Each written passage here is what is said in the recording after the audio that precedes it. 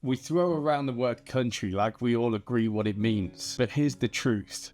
Country music isn't just one sound. It's a whole world with subgenres, contradictions, and adopted sounds that range from Nashville to Texas through to California, even back to Ireland and across to Australia. So today, we're breaking it all down. We're tracing its roots, mapping its reach, and breaking down what people that don't really love country music think is just country. But this right here is what country music really is. You see, country music didn't start on a truck bed. It started on front porches, in churches, in the Appalachians, and on borderlands where immigrants, free men, and farmers shared melodies. It borrowed from Irish folk, it borrowed from the blues, and it even borrowed from gospel. So what are all of the subgenres within country that make up country music? You're going to see blurred lines between a few of them and artists that could fit into more than one. But what I want to know is which is your favorite. So when you get to the end of this video, let me know. So first we've got country soul. This is country music with a blues heart to it. Take storytelling, add a little vocal fire, and you get artists like Chris Stapleton and Charlie Crockett. Country soul doesn't try to impress anyone, it just tries to connect. Then we've got cowboy country or western country. I'm just a cowboy. Before there were arenas and tour buses, there were just cattle trails and canyon echoes. This subgenre is all about storytelling straight out of the American West. It's rugged, romantic, and quite often bittersweet. Marty Robbins, Ian Tyson, Gene Autry, and today's Colter Wall all make this music that makes you feel like you're just walking through the plains. Then we've got bluegrass. All acoustic, all heart. Bill Monroe kicked it off, and today you can find Billy Strings carrying the torch. It's tight harmonies, lightning fast solos, and no drums, just strings and soul. Then we've got bro country. It's beer trucks and tailgates. This subgenre blew up in the 2010s with acts like Florida Georgia Line and Luke Bryan. It's part party anthem, part checklist. It's not that deep, but it is catchy. It also sparked a backlash that really reshaped modern country today. Then you've got boyfriend country. In case you didn't know. It's sweet, it's soft, and it's trying to win you over. Think like early Kane Brown, Dan and Shay, and even Luke Combs has dipped into it now and again. These are love songs that are polished for the radio and aimed squarely at the heart. Then we've got this kind of philosophical country. Homesick for a home you never had. It's less barstool bangers and more like you're listening to a sermon. This is country music that's asking the big questions about religion, about grief, and about meaning. Artists like John Morland, Jason Isbell, and Tyler Childers are putting poetry over production. It's not made for the radio, it's made for those late night drives. Then we've got red dirt. Born from the soil of Oklahoma and Texas. It can't be blamed for crime. It's independent, it's gritty, and it's proudly regional. Cross-Canadian ragweed, turnpike troubadours, and Stoney LaRue really helped lay the foundations. And today, Zach Bryan has kind of made it mainstream, while Covexel is still staying true to the roots. I guess we can kind of put Americana in here as the wide open umbrella. Maybe we'll get 40 years together. Folk, roots, country blues, and even a bit of indie rock. It's less about sound and more about spirit.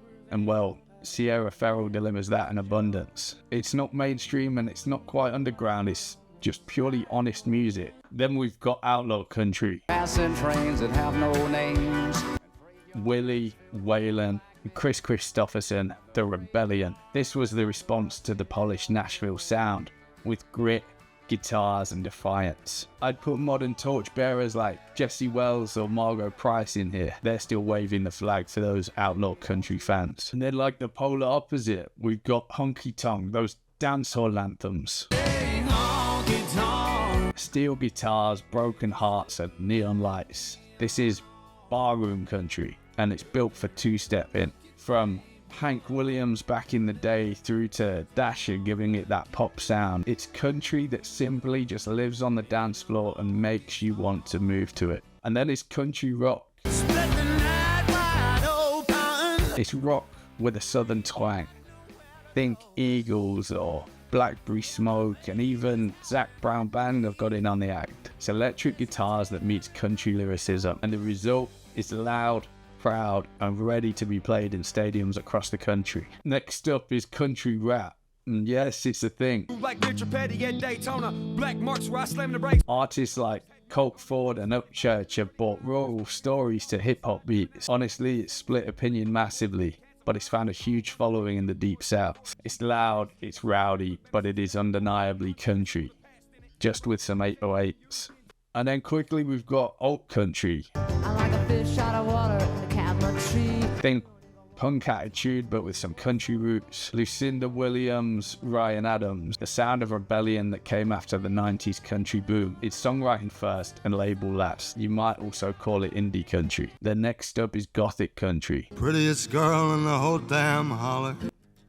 Think murder ballads, like Kate McCannon from Cult of War. You have people like Benjamin Todd and Lindy Ortega that make it feel really dark and theatrical.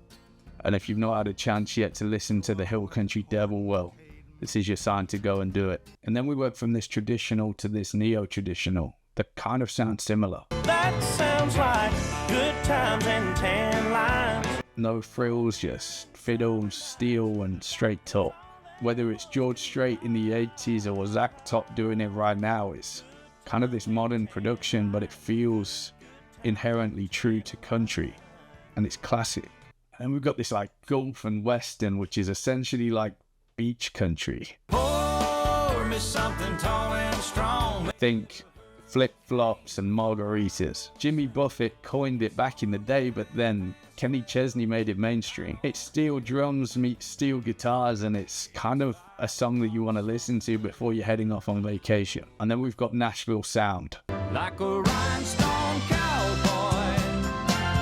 It's strings, choirs, and a real slick production. This was Nashville's answer to rock and roll in the 50s, just smoother and a little bit more elegant. Artists like Patsy Cline and Glenn Campbell made it iconic. You'll still hear that sound today in retro-leaning acts that still crave that warm, sort of polished nod back to them. And then the Bakersfield sound. Sing a little bit of this working man blues. Loud, twangy, and proud. Born out of the California honky tonks, this was the anti-Nashville. Buck Owens, Merle Haggard, and Don Rich brought grit and Telecasters to the front. Modern disciples would include Dwight Yoakam and Midland. And then we've got cowfunk.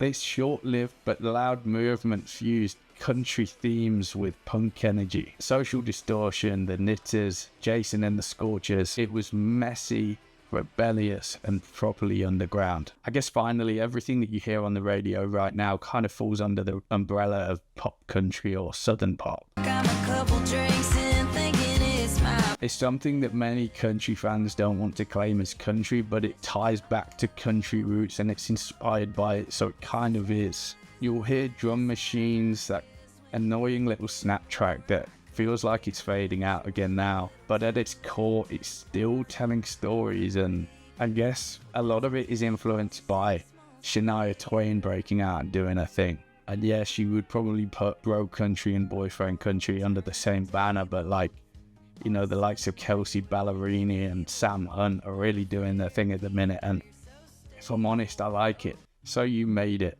Well, thank you for listening, and if you felt overwhelmed by how many there are, well, that's kind of the point.